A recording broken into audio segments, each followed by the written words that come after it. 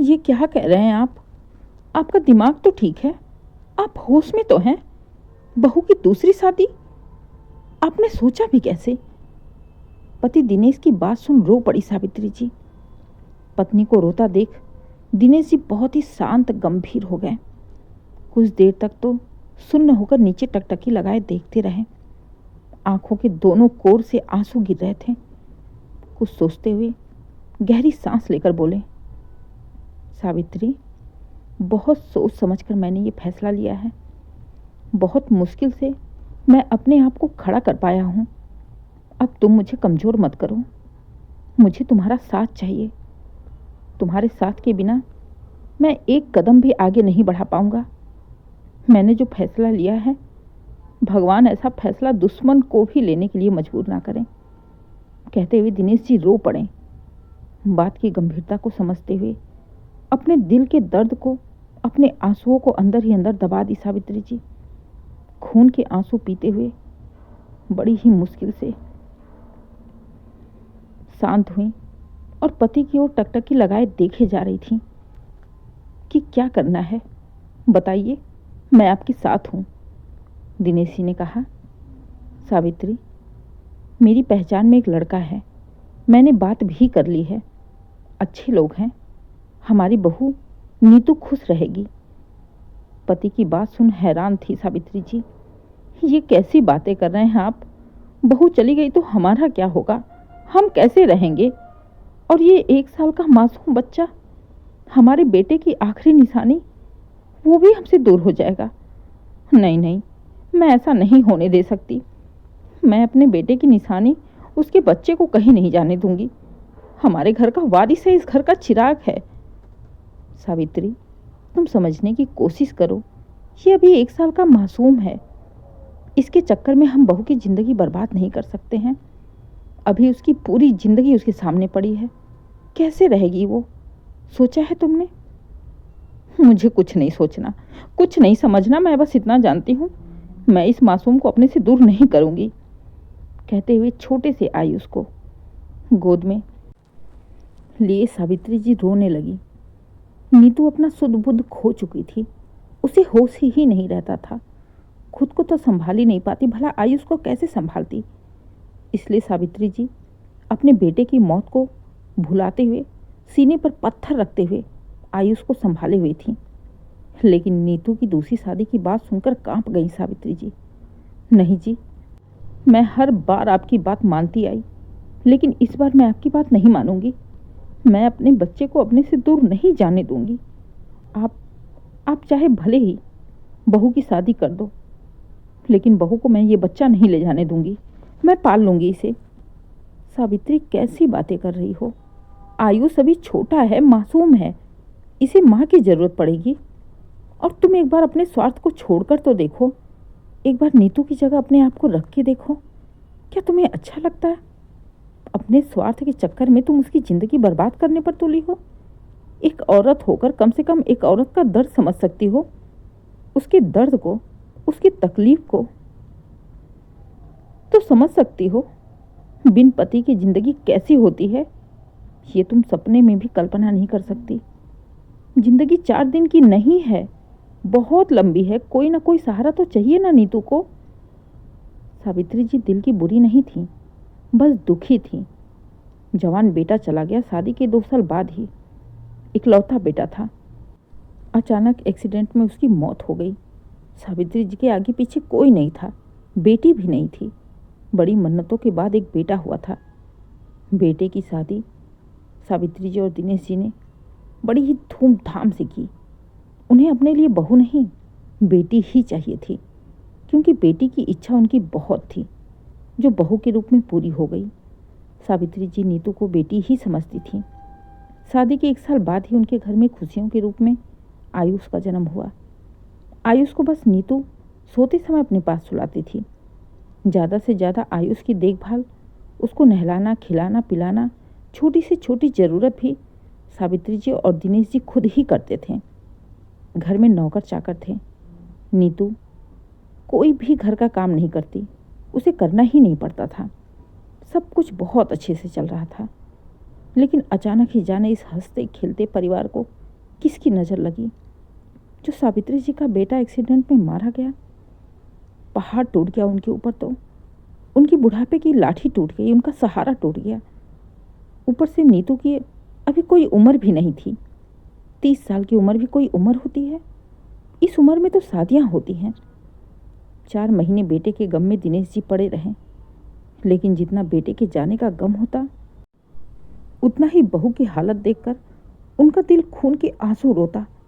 नीतू को ऐसी दशा में देख नहीं पाते थे दिनेश जी। बिल्कुल उदास, बिखरे बाल, न हाथों में चूड़ियां, न पाँव में पायल, न गले में, न कान में, चेहरे पर सूनापन। ऐसी हालत में नीतू को देख दिनेश जी कांप उठते थे। ऊपर से नीतू बस गुमसुम सी रहती। हंसना बोलना छूट गया था उसका। धीरे धीरे 4 महीने हो गए, तब जाकर दिनेश जी ने नीतू के लिए ये फैसला किया, उसकी दूसरी शादी का, जिसके लिए उन्होंने नीतू के मम्मी पापा से भी बात कर ली। भला कौन से माँ बाप होंगे जो बेटी की ज़िंदगी संवारना नहीं चाहेंगे।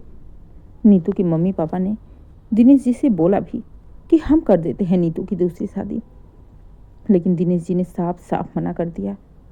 नहीं भाई साहब, आपने एक बार अपनी बेटी की शादी कर दी, अब वो हमारी बेटी है, हम करेंगे अपनी बेटी की शादी। आप लोग बस हमारा साथ दीजिएगा। सबसे पहले दिनेश जी ने नीतू के मम्मी पापा से ही बात की थी। उसके बाद वो जाकर सावित्री जी से बोले थे, उनके पास आए थे, लेकिन सावित्री जी इसके लिए तैयार ही नहीं थी। सावित्री जी अपनी जगह गलत नहीं थी, उनकी बात भी सही थी। धन दौलत की कोई कमी नहीं थी, नौकर चाकर सब कुछ थे, लेकिन जब घर का वारिस ही नहीं रहेगा तो फिर ये रुपए पैसे, ये धन दौलत, ये प्रॉपर्टी किस काम की। सावित्री जी को तो सहारा चाहिए था।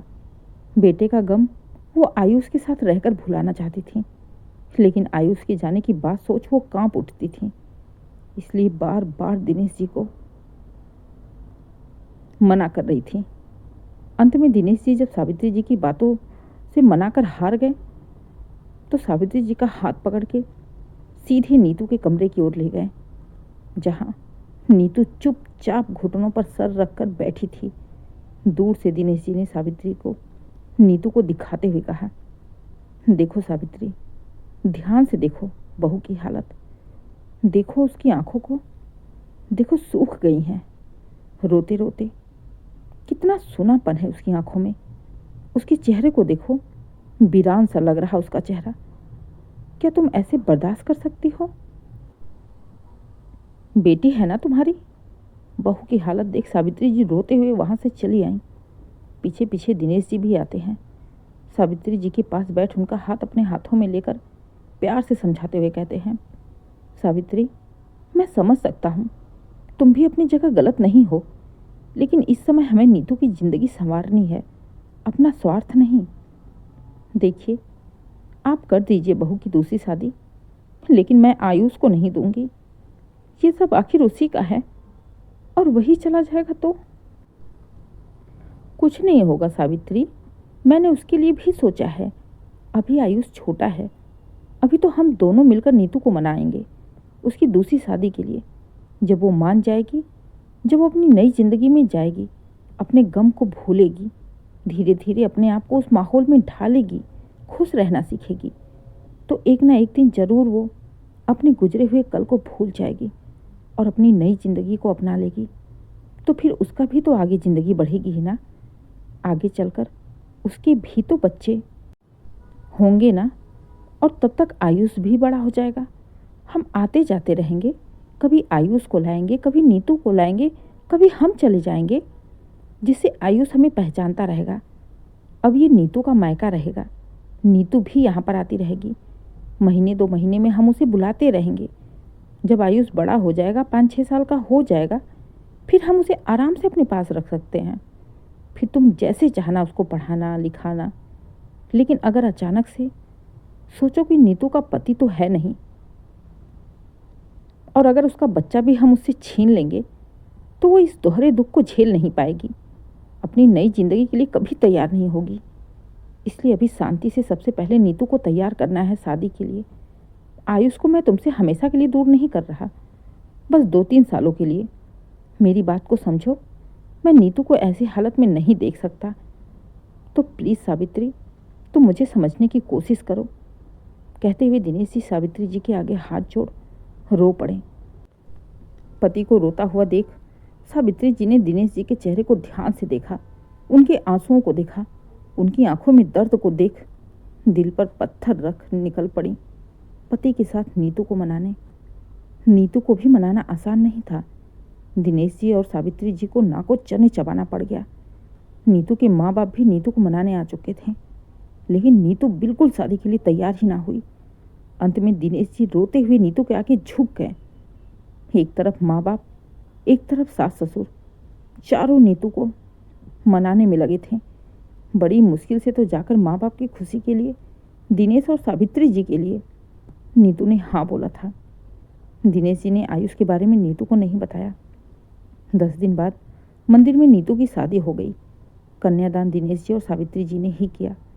आज फिर से नीतू को दुल्हन के रूप में देख दिनेश जी की आंखों में आंसू आ गए, लेकिन वो समझ नहीं पा रहे थे कि ये आंसू खुशी के हैं या गम के।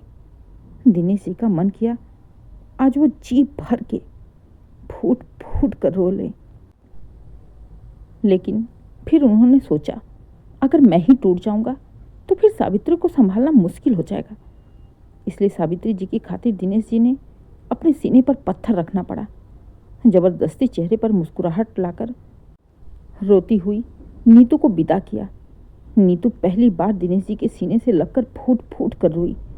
दिनेश जी ने नीतू को एक पेपर पकड़ाते हुए कहा, बेटा ये पेपर संभाल के रखना, इसमें सब कुछ मैंने तुम्हारे और आयुष के नाम कर दिया है। नहीं पापा, अभी इसकी जरूरत नहीं है, आप मुझे ऐसे नहीं छोड़ सकते। नहीं बेटा, कौन छोड़ रहा है? मैं तुम्हें मरते दम तक नहीं छोड़ूंगा। आते रहेंगे ना हम दोनों तुमसे मिलने, और फिर तुम्हें भी तो बुलाते रहेंगे ना। मैंने तुम्हारे ससुराल वालों से बात कर ली है, हर दूसरे तीसरे महीने हम तुम्हें यहाँ लेकर आएंगे। आज के बाद यही तो तुम्हारा मायका रहेगा। हम तुम्हारे सास ससुर नहीं, माँ बाप रहेंगे, और बेटी माँ बाप से कभी अलग नहीं हो सकती। बस तुमसे एक ही विनती है, बेटा अपनी पिछली जिंदगी को भूलकर आने वाली जिंदगी को पूरे दिल से अपना लेना। तुम खुश रहोगी तो हम अपने आप खुश रहेंगे। कहते हुए दिनेश जी ने नीतू के सर पर हाथ रखकर उसकी नई जिंदगी की शुभकामनाएं दी। भगवान से मिन्नतें मांगी कि अब नीतू की जिंदगी में कोई भी दुख मत देना।